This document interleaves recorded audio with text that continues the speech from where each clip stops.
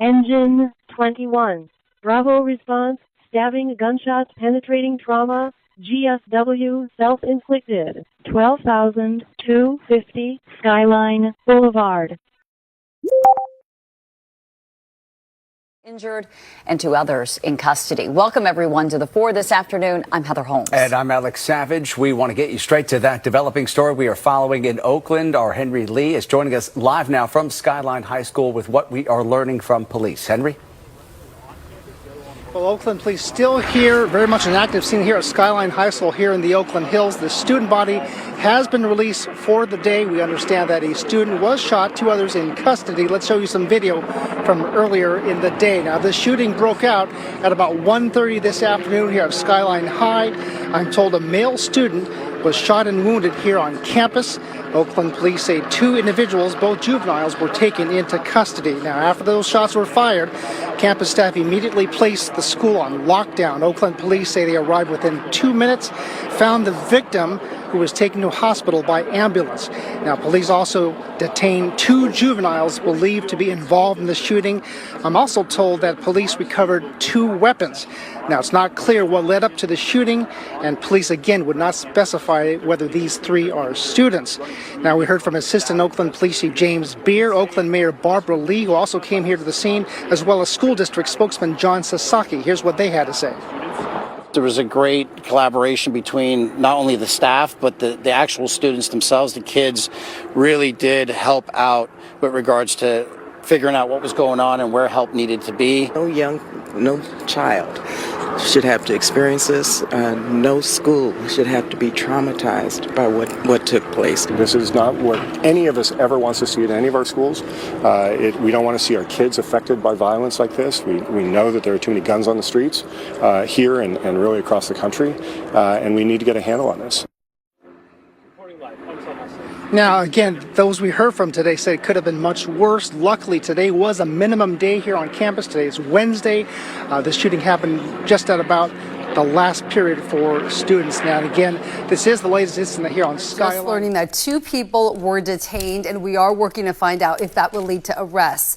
At last check, a man and woman who were shot were stable at a hospital. We're told this was an isolated incident. You can see the footage right here. It shows police cars all over Skyline High School in Oakland yesterday.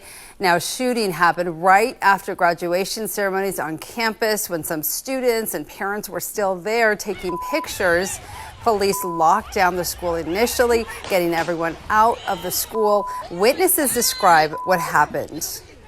They were popping off the little confetti poppers, and I thought it was all cool. And then everyone started running, and we saw hella smoke. I don't know what happened, but it sounded like someone was driving by. We saw the smoke, heard the popping.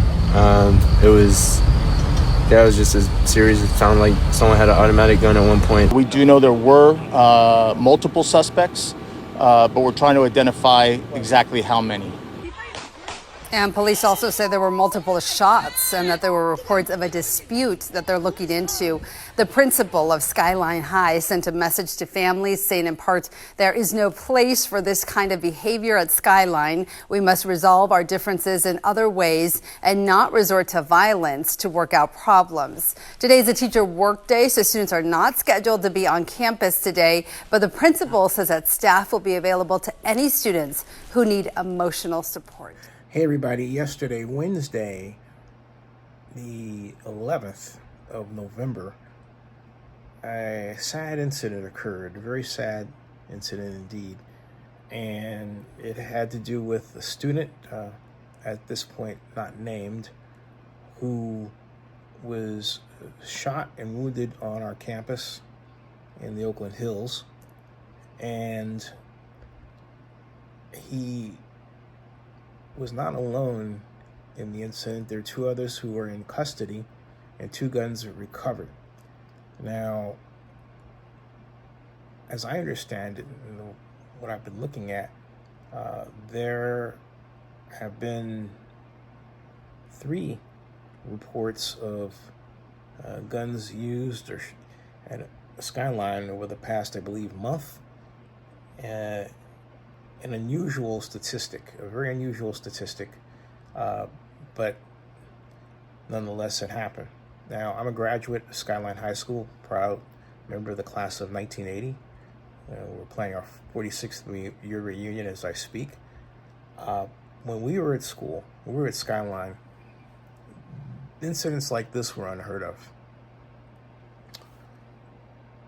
Also, we didn't have the internet to rapidly report when someone had a gun. And it's not to say that we never had reports of someone bringing a gun to school. I remember one, but I don't remember that person actually ever having used the gun, just that someone had one. And that was that. There was only one incident report of that time, or one report of that time, not incident, but there was only one report of that time the entire time I was at Skyline. We were very proud of that. But I have to say that in other schools, in Oakland, then, shooting was rare. I'm not going to name names of schools, but look, I will name the names of schools that were not known for having such incidents, like Bishop O'Dowd. Okay, this is unusual, and it points to a sad change in our society where guns are all too prevalent, especially among the young, and there's a culture that is all too willing to use them to settle the most minor and immature of disputes. And that's what we have to work on. We also have to work on the fact that many people in our culture are struggling to make ends meet. We have let a lot of economic production go overseas, and we've done nothing about it. We haven't taken care of our own. We've done a lousy job of it as Americans, let alone Oaklanders, which we can do if we understand how to use tax increment financing. Another story. But I want to bring you up to date from the perspective of Skyline High School graduate, what this means. It's unusual for our school, but unfortunately it seems it's becoming increasingly common. And that should be not just a concern for all of us, but a reason to work for social change and then engineer it. Subscribe to Zennie62 on YouTube and bookmark ZennieReport.com and go Skyline.